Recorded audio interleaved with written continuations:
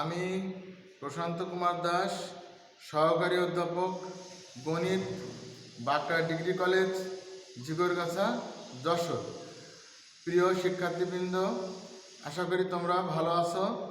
আজ অনলাইন ক্লাসে আমি চতুর্থ অধ্যায় থেকে প্রথম পত্রের বৃত্ত সম্পর্কীয় একটি সমস্যার সমাধান করব। সমস্যাটি তোমরা দেখো।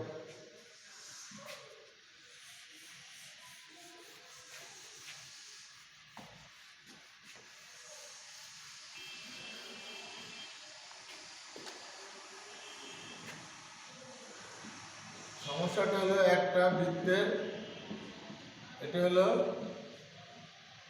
কেন্দ্র এইচকে আর ব্যাসার্ধ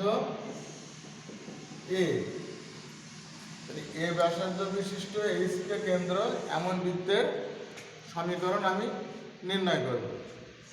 প্রথমে একটা বৃত্ত আঁকছি। এই যে বৃত্তটার কেন্দ্র হলো এইচকে। এবার আমি এক্স অক্ষ আর ওয়াই অক্ষ আঁকলাম। এটা হলো মূল বিন্দু। এই বৃত্তের উপরস্থ একটি বিন্দু পি, যার স্থানাঙ্ক আমি লিখলাম এক্স ওয়াই। পি বিন্দু থেকে এক্স অক্ষের উপর লম্ব টানলাম পি এন, আর এটা কেন্দ্র নাম দিলাম সে কিউ। কিউ বিন্দু থেকে আমি এক্স অক্ষের উপর লম্ব আঁকলাম, এটা নাম দিলাম এখানে কিউ এম। এই হাইটটা হলো আমাদের কে। এখান থেকে এটুকু দূরত্ব হলো এইচ, আর এই মূল বিন্দু থেকে এন বিন্দু দূরত্ব হলো এক্স, যেহেতু এটা ভুজ। আর এই হাইটটা হলো 40 ওয়াই। আমি কিউ বিন্দু থেকে পিএন রেখার উপরে লম্ব আঁকলাম, এটা টি নাম দিলাম। তাহলে আমার এখান থেকে এই দূরত্বটা কত? এই দূরত্বটা হলো এক্স মাইনাস এইচ। অনুরূপভাবে এই দূরত্ব আর এই দূরত্ব সমান, এই দৈর্ঘ্যটা হবে এক্স মাইনাস এইচ। এবার এই পুরোটা হলো ওয়াই। এখান থেকে এইটুকু কে, মানে এখান থেকে এইটুকু কে। সেই হিসাবে এইটুকুর দৈর্ঘ্য হবে ওয়াই মাইনাস কে। আর এটা হলো ব্যাসার্ধ, এই ব্যাসার্ধের দৈর্ঘ্য হলো এ। তাহলে আমরা একটা সমকোণী ত্রিভুজ পেলাম। এটা হলো P Q T. P Q T, এটা হলো একটা সমকোণী ত্রিভুজ। সমকোণী ত্রিভুজ। তা আমরা জানি যে সমকোণী ত্রিভুজের অধিভুজ স্কয়ার ইকুয়াল টু ভূমি স্কয়ার প্লাস লম্ব স্কয়ার।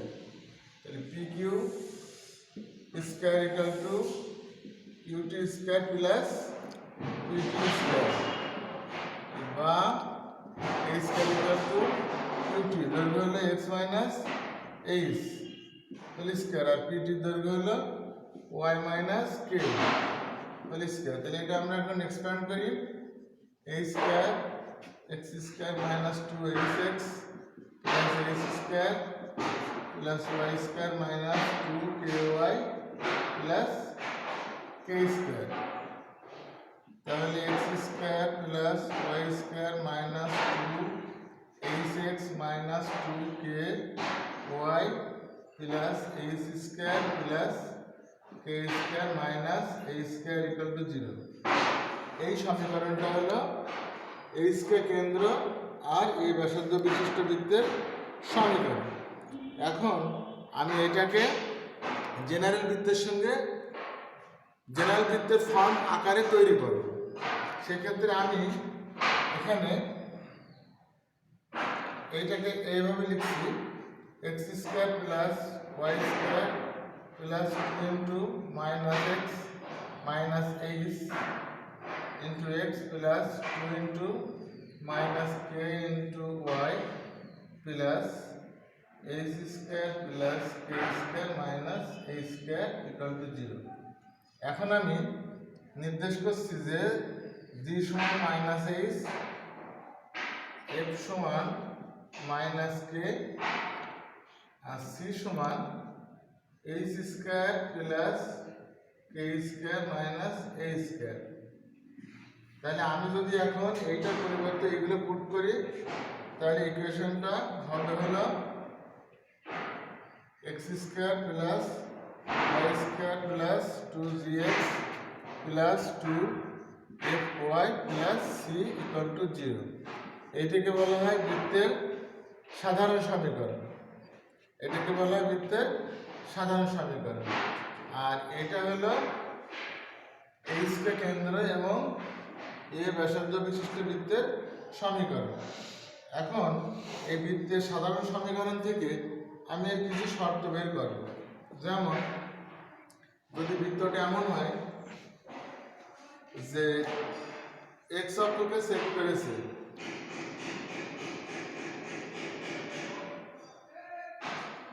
এটা কেন্দ্র, এইটুকু দৈর্ঘ্য কত, অর্থাৎ বৃত্ত কর্তৃক x অক্ষের খণ্ডিত অংশ। তো আমরা জানি যে x অক্ষের উপরে অবস্থিত কোনো বিন্দুর, এখানে বিন্দুটা যদি নিই তাহলে x এর মান সামথিং, y এর মান 0, এটা দিলাম x2, এটা 0। তার মানে এক কথায় x অক্ষের উপরে কোনো বিন্দুর কোটি 0, অর্থাৎ y এর মান 0, এই একটাই 0। তাহলে এই বৃত্তটার পরিবর্তিত রূপ কি হবে? x square plus 2gx plus c equal to 0। আমার এই অংশটা আর এই অংশটা 0 হয়ে যাবে, y মান যেহেতু 0। এটাকে যদি আমি সেকেন্ড অর্ডার ইকুয়েশনের মূল নির্ণয় ফর্মুলা ইউজ করি, তাহলে সূত্রটা হলো x ইকুয়াল টু, মূল সূত্রটা হলো ax square plus bx plus c equal to 0। সমীকরণের মূল x equal to minus b plus minus root over b square minus 4ac by 2a। সেই হিসাবে এর সঙ্গে তুলনা করে যদি আমি এটা করি x equal to minus b, x equal to minus b, আমার এখানে bx, মানে আমার 2gটা হলো b, x ইকুয়াল টু এই যে minus 2g, x equal to minus b, x equal to minus b plus minus root over, এটা হলো b, b square minus 4, আর x এর সহগ হলো নেই মানে 1, a, আর c বলতে c বাই 2a, a মানে 1। তাহলে আমি পেলাম minus g 2g plus minus root over 4g square minus 4c by 2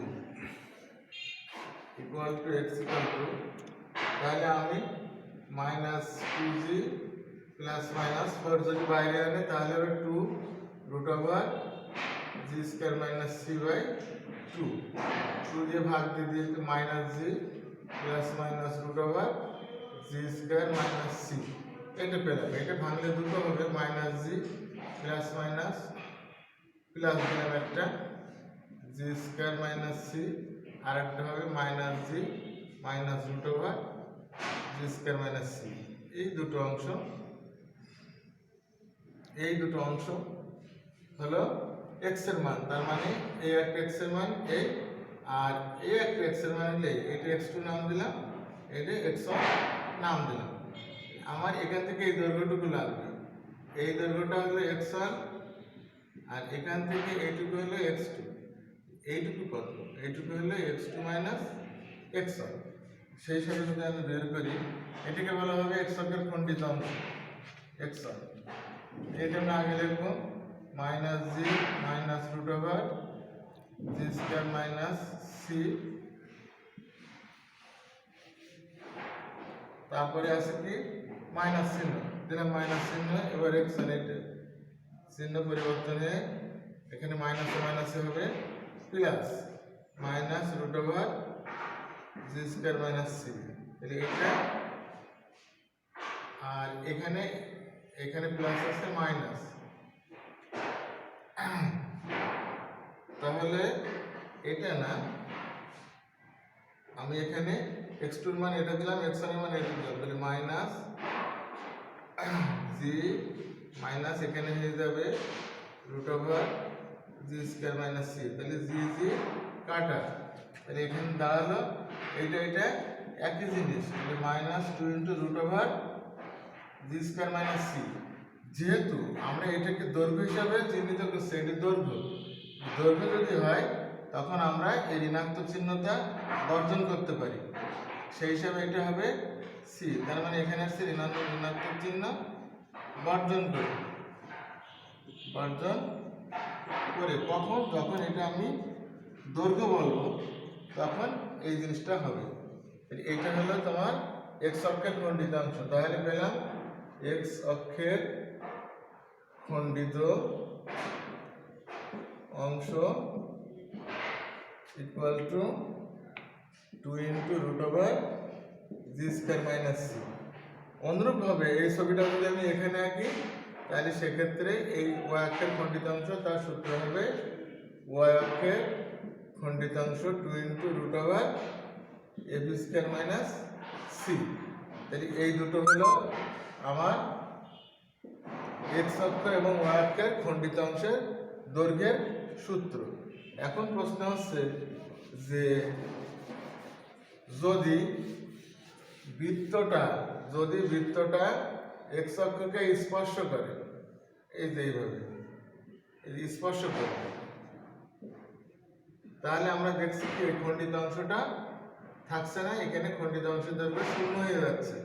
সেই ক্ষেত্রে আমরা এই মানটা ধরবো 0 সমান 2 × √g² - c, অর্থাৎ বৃত্ত যদি এক্স অক্ষকে স্পর্শ করে, বা √g² - c = 0 বা g² - c = 0, অর্থাৎ g² = c। তাহলে এটা হলো এক্স অক্ষকে স্পর্শ করার শর্ত। এক্স অক্ষকে স্পর্শ করার শর্ত। অনুরূপভাবে আমি যদি ওয়াই অক্ষকে স্পর্শ করার শর্ত, ওয়াই অক্ষকে স্পর্শ করার শর্ত বের করি, তাহলে সেটা হবে ঠিক অনুরূপভাবে যদি করি তাহলে আমরা পাবো ab² = c। তাহলে আমরা কি পেলাম যে একটা বৃত্তের কেন্দ্র যদি এইচকে থাকে আর ব্যাসার্ধ যদি এ থাকে, তাহলে সেই বৃত্তের সমীকরণ হলো x² + y² - 2hx - 2ky + h² + k² = h²। এটা হলো এইচকে কেন্দ্র এবং এ ব্যাসার্ধ বিশিষ্ট বৃত্তের সমীকরণ। এই বৃত্তটাকে যদি আমি বৃত্তের সাধারণ সমীকরণ হিসেবে প্রমাণ করতে চাই, তাহলে আমার এই যে -h কে g ধরা, -k কে f ধরা এবং বাকিটাকে এইটাকে আমি c ধরেছি, সেই হিসেবে যে পরিবর্তিত রূপ হয়েছে x² + y² + 2gx + 2fy + c = 0। এটাকে বলা হয় বৃত্তের সাধারণ সমীকরণ। বৃত্তের সাধারণ সমীকরণ।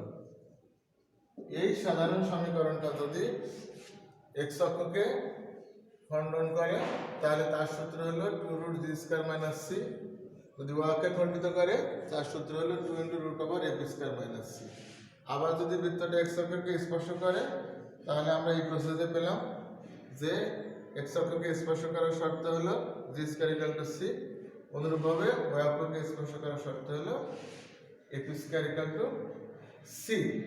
তাহলে আমরা এটা পেলাম। আরেকটা জিনিস আমি এখন বের করব, সেটা হলো বৃত্তের ব্যাসার্ধ। আমরা এখানে পেয়েছি যে c = h² + k² - h², বা h² = h² + k² - c, বা a = √h² + k² - c। এখানে আমরা পেয়েছি যে g = -h √g² -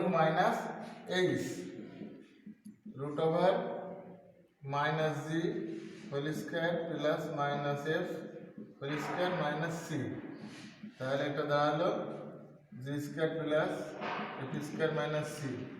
এটা হলো জেনারেল বৃত্তের ব্যাসার্ধ। মূলত এইটুকু হলো জেনারেল বৃত্তের ব্যাসার্ধ। তাহলে আমরা আজ এই পর্যন্ত শিখলাম। আশা করি তোমরা বুঝেছ। এরপরে যদি কোনো সমস্যা বোধ করো আগামী ক্লাসে এই নিয়ে প্রশ্ন করবে, আমি তোমাদের বোঝানোর চেষ্টা করব। তোমরা সকলে ভালো থেকো। আজকের অনলাইন ক্লাস এখানেই শেষ করলাম।